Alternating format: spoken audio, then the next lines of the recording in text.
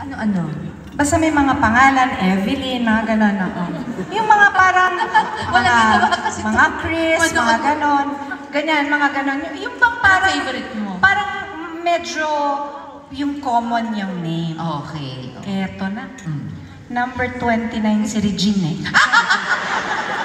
Hindi nga ate. Ngayon na pag-isip-isip ko, Regine is actually not a common name. Yeah. So I have a feeling it's really me. Ano yung marites mo? Hindi, ngayon naisip ko, hala, alam na nila. Paano nila nalaman? Oo. Kasi ate, kaya naging kami ng asawa ko dahil yan ang bukang bibig ko sa kanya. Ogie Alcacid, anong bagong chismis? Chinismis ako ate. Chinismis ako ng bonggang-bongga. Paano ka na-in-love kay Ogie?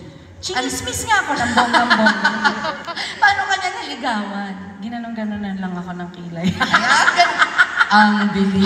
May lamang! Baka pumasok yan sa bibig ko! So, Diyos ko, alam mo, linis-linis ng Philippine Airlines, pero may nakakalusot minsan. Minsan din eh, oo, minsan. Sinama natin. Ay! Baka kasama yan dito. Wag ka na maglabas, Diyos ko, Lord. Oo. Patawad. Nag-spray naman ako ng Baygon dyan kanina. Get the perfume. Oo, Baygon. Anyway, napag-uusapan rin lang yun. Lukong-luka siya sa asawa niya. Ito pong isang awit na... Na-miss ko na nga, ate. Oh, talaga? Na-miss ko na. Sa totoo lang. Good for you. Sabi mo naman. Oo,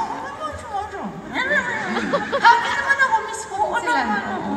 Ako miss ko na yung asawa ko kahit ganun yun. Anong kahit ganun yun?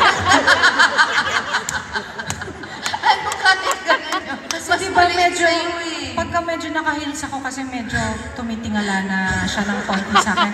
As a matter of fact, ito po si Dana. Dana, come here nga, you Dana. Yung aming artist, you Dana. guitarist, ladies and gentlemen. Dana, bass player pala. Dana, he's practically Filipino. What's your height, Dana? 5'11". 5'11 and a half. Yung ganyan, pag naka-flats po ako, sumasakit na yung leg ko.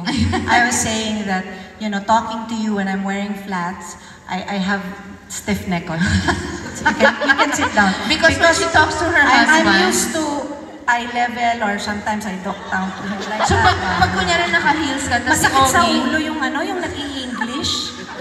Ano ba yung kwento mo ba nag-aaway kayo ni Ogie? Pag nag-aaway po kasi kami ng asawa ko, which is like really very rare, umi-English po siya.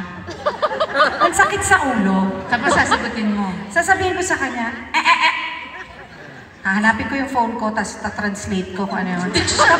Tapos sasabihin ko, ano, what do you mean? What does that mean? Tapos i-explain niya. Sasabihin ko, pwede naman palang simpleng word lang, pwede naman Tagalogin, ba't ini-English pa? Tapos inaaway nila. Naiis, hindi alam mo ate, sa totoo lang, pag inaaway ka ng nag-i-English, gusto mong sumagot, tapos hindi ka maka-rebuttal kasi yung nagta-translate ka pa eh. Ikaw na friend mo ako. Ang hirap eh. Ikaw na friend mo ako. Alam mo yung... ano nga ba ibig sabihin? Ganito next time. Alam mo, sandali. Ate, eto. Kausapin mo si ate. Ayan. Tapos sabihin siya, sasagutin mo. Ayan. Anyway, ladies and gentlemen, this is one of our favorites from... Alam mo yung mga nung luma pa. Panglumang tao ulit. Bata pa si Madonna. Yes, oo. At fetus pa lang tayo. Naman! Pero napakagandang kanta. From Asia's one and only songbird, Miss Regine Velasquez!